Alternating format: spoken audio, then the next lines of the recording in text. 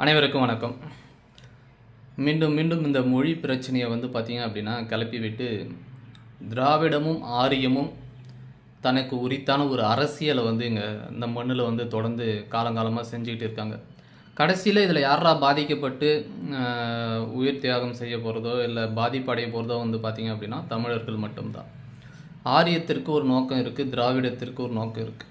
ஆரியத்தோட நோக்கம் இந்த நாட்டை இந்திக்காரர்களுடைய நாடாக மாற்றணும், இந்தி மொழியை தேசிய மொழியாக அறிவிக்கணும், இந்தி தான் அனைவருக்குமான மொழி அப்படின்னு ஒரு திட்டத்தோடு அவங்க இதை முன்மொழிகிறாங்க. தேசிய கல்வி திட்டம் என்பது பார்த்திங்க அப்படின்னா மும்மொழி கல்வி திட்டம் என்பது அதுதான். இந்தியை அனைத்து மக்களுக்கும் கொண்டு சேர்க்க வேண்டும் அப்படின்றது அவங்களுடைய ஆரியத்தினுடைய நோக்கம்.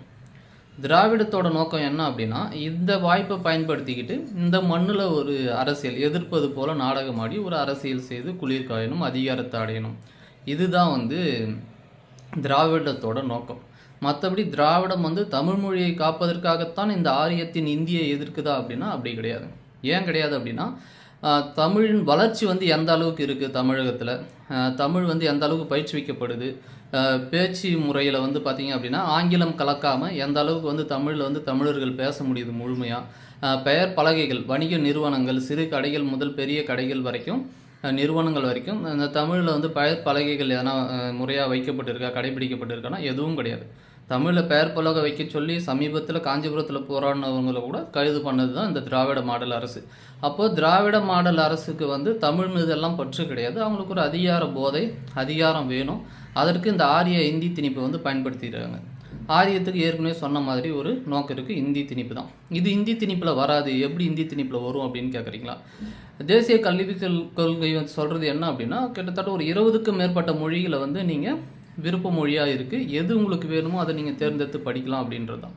ஆனால் யதார்த்தத்தில் என்ன அப்படின்றத மக்கள் புரிஞ்சிக்கிட்டீங்க அப்படின்னா இது இந்தி திணிப்பு தான் அப்படின்றது உங்களுக்கு எளிமையாக புரிஞ்சிடும். ஏற்கனவே தமிழகத்தில் இருமொழி கொள்கை தான் இருக்குது, ஆங்கிலமும் தமிழும் இருக்குது. அதற்கே போதிய ஆசிரியர்கள் இல்லை, போதிய கட்டமைப்பு இல்லை, அதுவே திண்டாட்டம் தான்.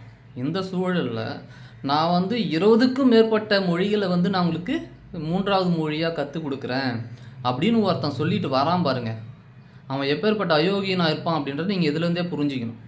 இருக்கிற பாடத்திட்டங்களை கற்பிப்பதற்கே எங்கள் ஆசிரியர்கள் இல்லை, கட்டமைப்புகள் கிடையாது. நீ 22 மொழிகளுக்கு எப்படி